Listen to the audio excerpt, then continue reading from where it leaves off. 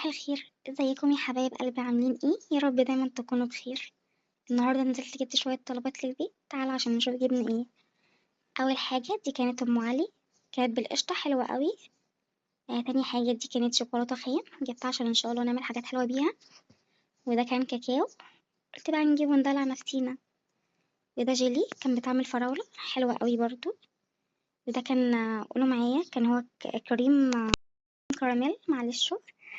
وده كان زيت زيتون، جبت ازازه صغيره برضو. وجبت قرنفل، ورجعت جبت اللي هو ريحة بتعمل موس بإذن الله عشان المهلبية أو أي حاجات تانية برضو هنستخدمها. وجبت إن شاء الله، قولوا معايا اسمه ايه، كاتشب. كنت أنا جايبة مايونيز امبارح فقلت أجيب كاتشب بقى بالمرة. وجبت ألوان طعام، جبت الأحمر وجبت اللي هو الأصفر. سألت على البينك بصراحة ملقتش. دي كانت الحمد لله الشنطة الأولانية خلصت. دي كانت فيها بقى خزين البيت. ده كان شايل عروسة، أنا بحب النوع ده بصراحة، جبت واحد كبير حلو أوي ما شاء الله. ودي كانت مكرونة اللي هي بساطة، ما شاء الله النوع ده تحفة ما بيتعجنش، حلو قوي قوي اللهم بارك. جبت منه اتنين بجد، يعني بجد ما شاء الله بالزيت جدا. جبت اتنين صغيرين وجبت منه اتنين اللي هو البسط شوية، يعني كبار شوية. لسه بقى بإذن الله هجيب الأنواع التانية. تمام كده برضو دي خلصت.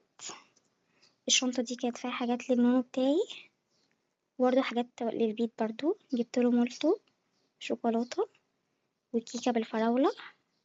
جبت له عصير مع اني والله جايبه عصير كبير بس عادي.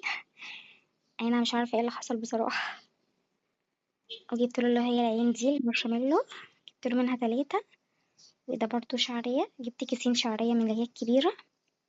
لا يا جماعه النوع بسطة ده حلو قوي ما شاء الله، اللهم بارك. ده بصراحه الحاجه الوحيده اللي استخدمتها، فعشان كده ما اعرفش انواع تانية. فما اعرفش يعني، بس النوع ده ما شاء الله استخدمته تحفه من زمان وانا بستخدمه.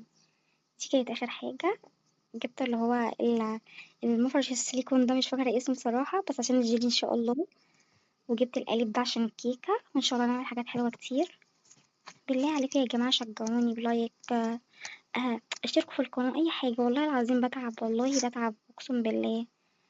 فشجعوني بأي حاجة بالله عليكم.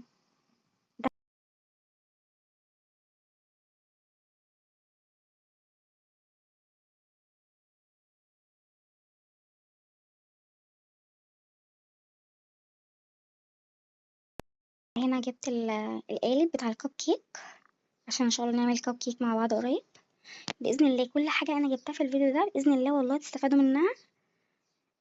ويعني وهنعمل فيديوهات كتير إن شاء الله. ما شاء الله الخامة دي كانت روعة يا بنات أقسم بالله. ما تنسونيش بقى بالله عليكم، شجعوني باللايك كده والاشتراك في القناة. ودعوة حلوة من قلبك، يا رب يا رب يريح قلبك ويفرحكوا دايما. مع السلامة.